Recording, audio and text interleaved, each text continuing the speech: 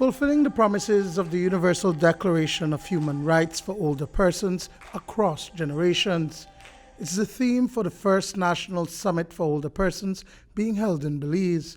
The meeting seeks to bring to the table this vulnerable population, as well as those agencies, including the government of Belize, that work to protect older persons. We invited older persons, leadership in communities that are older persons, senior citizens, because we want to get their feedback in terms of the next steps going forward, in terms of the framework, the strategy that is being developed. Because of course at some point we want to move to legislation, we want to enhance what it is that we currently have in place for the benefit of older persons. And so it's a summit today, it's all about older persons, it's about where we are today, some of the things that we've initiated, some of the activities that we have ongoing, and what is the next step going forward. We have been reporting on the neglect and in some cases the loss of life of older persons. There are even reports of older persons being held hostage for their finances. These are but a glimpse of the challenges affecting this group. The summit provides a space for them to know what their rights are and to engage in the discourse. Sometimes we have these national meetings and it's policy makers, it's representatives of government, but today we have older people. And we're really focusing on sensitizing the older people on what their rights are, how they can protect and advocate for these rights, and where there is room and growth for networking. In Belize, there is no law that speaks specifically to older persons, and so their protection falls under the General Constitution, just like every other member of society. The chairman of the People's Constitution Commission, Anthony Chanona, was also in attendance to discuss how they too can impact changes to the Constitution.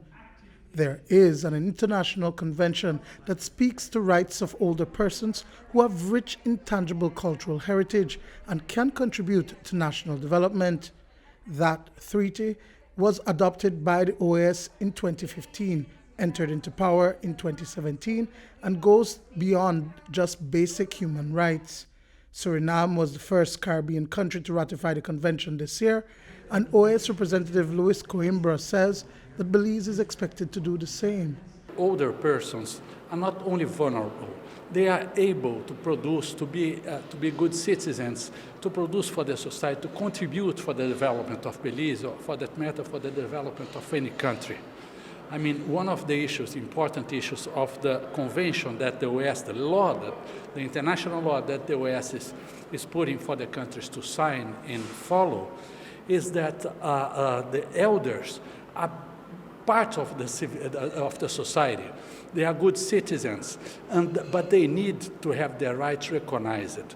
Not only the old rights, like when you say human rights, we always know that the elder, they need pension, they need to have a healthy environment. But more than that, they have right to sports, they have right to have a healthy life, they have rights that go more deeper and modern rights, more rights for more people is the motto of the Organization of American States. Executive Director of the Council of Aging, Ixchel Put, says that in its strategic plan cycle, it is important to raise the visibility of older persons so that they are seen and heard within their communities. When we talk about older persons' rights, we're talking about universal rights. It doesn't matter where you're born, it doesn't matter your economic status, it really doesn't matter where you live.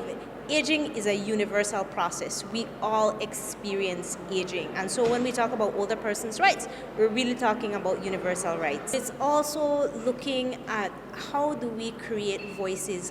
About 30% of our older person population is connected to organizations, which means that 70% of them are still invisible. They are not seen, they're not heard from. And so that is one of the mandates that we have for these organizations represented today. How can we help you increase your membership? What do you need to be able to reach other older persons in your community? Duane, Moody for News 5.